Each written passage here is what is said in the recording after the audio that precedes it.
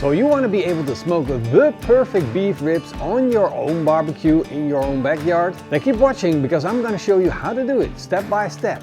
This is the Beef Ribs Masterclass. Oh.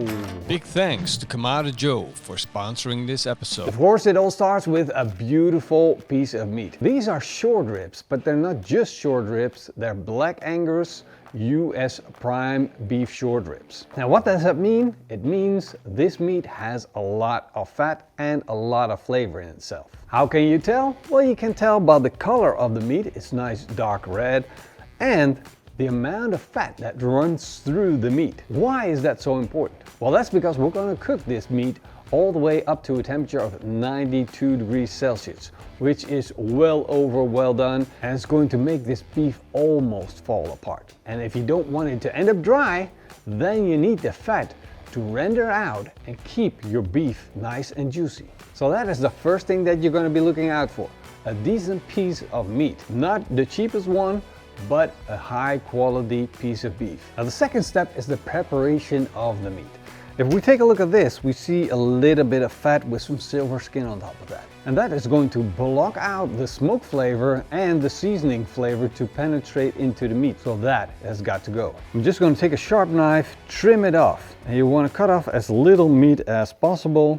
So you're just going to run the knife on top of it, taking it off.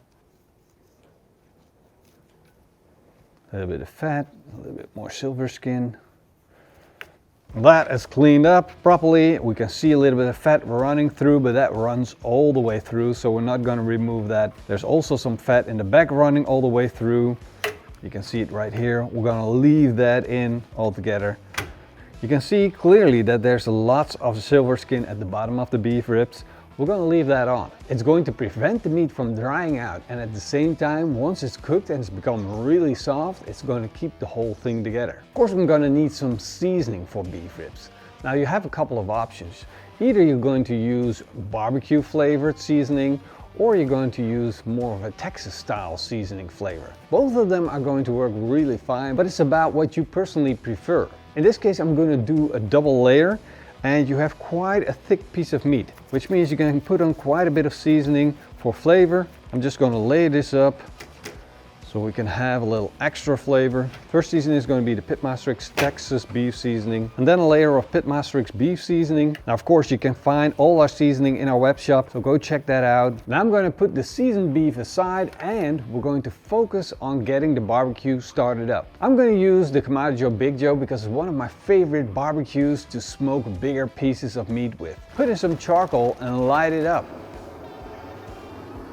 And once it's lit up, you're going to add a chunk of smoke wood. Now this is beech wood. It's the preferred go-to smoke wood in Europe. So if I want to make my friends and family happy, I use something that fits their flavor profile.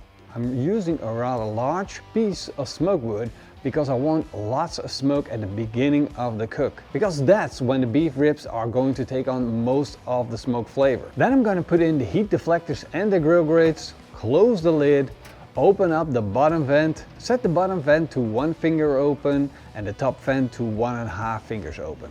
Now, another important thing when cooking barbecue is keeping track of the temperature. And of course, we got a thermometer in the lid of the barbecue. That is going to give me a general idea of what the temperature inside the barbecue is. However, I want to know exactly what the temperature is at the level where we're barbecuing, so at grill grate level, and I want to know the core temperature of the piece of meat. So I'm going to take a wireless thermometer and put the probe inside the beef. And now the beef ribs can go onto the barbecue. And the reason that the thermometer is so important is because I don't want to take a look at the beef ribs.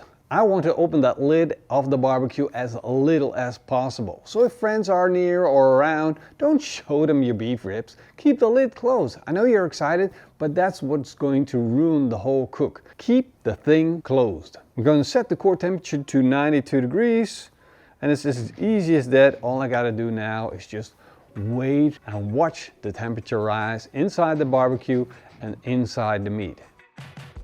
2.5 hours of smoking has passed, and I can see that the barbecue has less smoke development because probably the smoke wood is burned up, and I can read out the thermometer and it says we're currently at 70 degrees Celsius, which means Probably now is the time that the meat is done smoking. So let's open up the barbecue and take a look. Ooh, that looks pretty spectacular. We got a beautiful bark buildup on the outside of the beef ribs.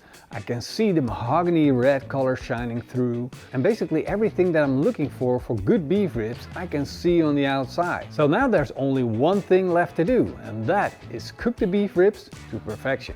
So I'm going to wrap them up in some butcher's paper. Will you look at that? What a beauty. The butcher's paper is going to help me keep that bark as beautiful as it is. And at the same time, it's going to protect the meat from drying out too much. It's going to roll it up, fold in the sides. Sure, you got it nice and tight. It's going to be a little longer than beef ribs, so just going to fold this in. Now we have all the excess paper at the bottom of the beef ribs. So this can now go back on the barbecue. And remember, I still have my thermometer in, so I can keep my eye on the temperature inside the paper and inside the beef ribs. Of course, the ambient temperature that I read on my thermometer is going to drop dramatically.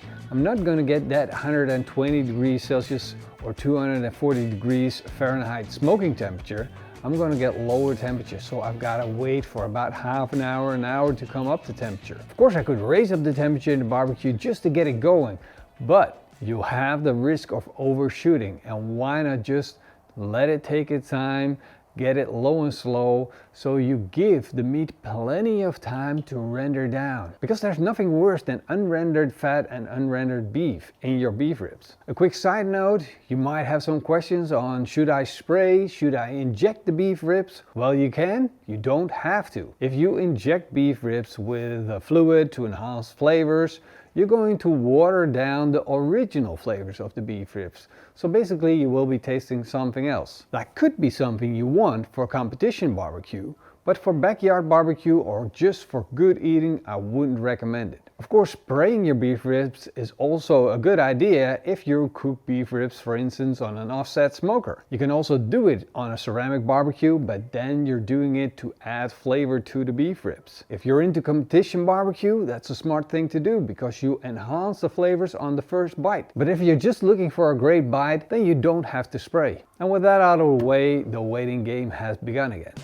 I just got a notification from my thermometer that the beef ribs reached a core temperature of 92 degrees Celsius. So now I'm going to show you what to do next. Because a mistake is made very easily thinking now that the beef ribs are done. By the way, which took another 2.5 hours. So what I'm going to do is I'm just going to take my thermometer and probe them and see how the beef ribs feel. And they feel pretty good. So you see that the thermometer is dropping through the beef ribs, but it doesn't feel like it's super soft yet, because the longer it takes the beef ribs to cook, the more soft and more broken down they are. So contrary to that, it's going fast and having not super tender beef ribs. So with a shorter cooking time on these smaller beef ribs, you're going to need to let it come up to a higher temperature than you normally would with, let's say, a brisket, which is a really big piece of meat. And that is now what I'll be waiting for. I'll be checking every degree that comes on top of that 92 degrees Celsius with my probe thermometer to see how soft it becomes. And once I like it, I'm going to take it off. It's been another 10 minutes or so and the temperature slowly rose up to almost 94 degrees Celsius. But more importantly, it felt tender. So this is the time I'm going to take it off. And the next phase of cooking beef ribs is one of the most important ones. It's the resting period. I'm going to give these beef ribs at least 2 hours to rest. And I'm going to do that by sticking them in the oven. The moment that we've all been waiting for. You can see, actually this is kind of nice to see. See how much of the heat comes from below with a ceramic barbecue, that the parchment's just dried up to the point where you can easily tear it. And that's why I like to have so much protection at the bottom. All there to protect the beef ribs. Look at how the beef fat rendered down. And remember, I didn't add any extra beef fat or butter because butter is one of my preferred things, but with prime beef, I don't really need to add anything. The fat inside the beef will do all the work for you. And that's a big bonus.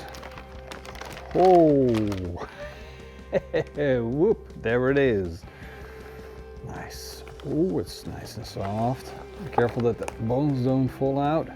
It's the side here. Get this on top. Look at that. It's nice and wiggly. Thermometer out. And it's just so nice and soft, the beef ribs. See, if I wanted to, I could just pull the bones out. I'm not gonna do that. I'm trying to keep everything together for presentation. Let's slice into this. Oh, did you hear that? Wowzers.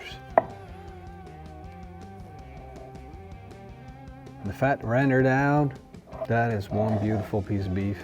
Looks really, really good. Absolutely gorgeous. A slice of the other one. That is a thing of beauty. I got a nice smoke ring. I got a beautiful bark on top. It's nice and wiggly. And as you can see, it's full of the bone tender, super clean. Do a quick taste test.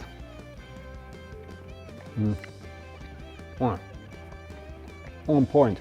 The magic is in the softness of the beef, while at the same time still having a little bit of that structure, the smoke flavor, the bark, everything's here. And just with beef ribs overall, they're such a joy to cook. You can do it in a shorter time than a brisket. You got plenty of meat still for friends and family, and the end result is as good and maybe even better than brisket. I hope you got everything you wanted out of this video. If you have more questions, let me know down below in the comments. See you guys in the next one.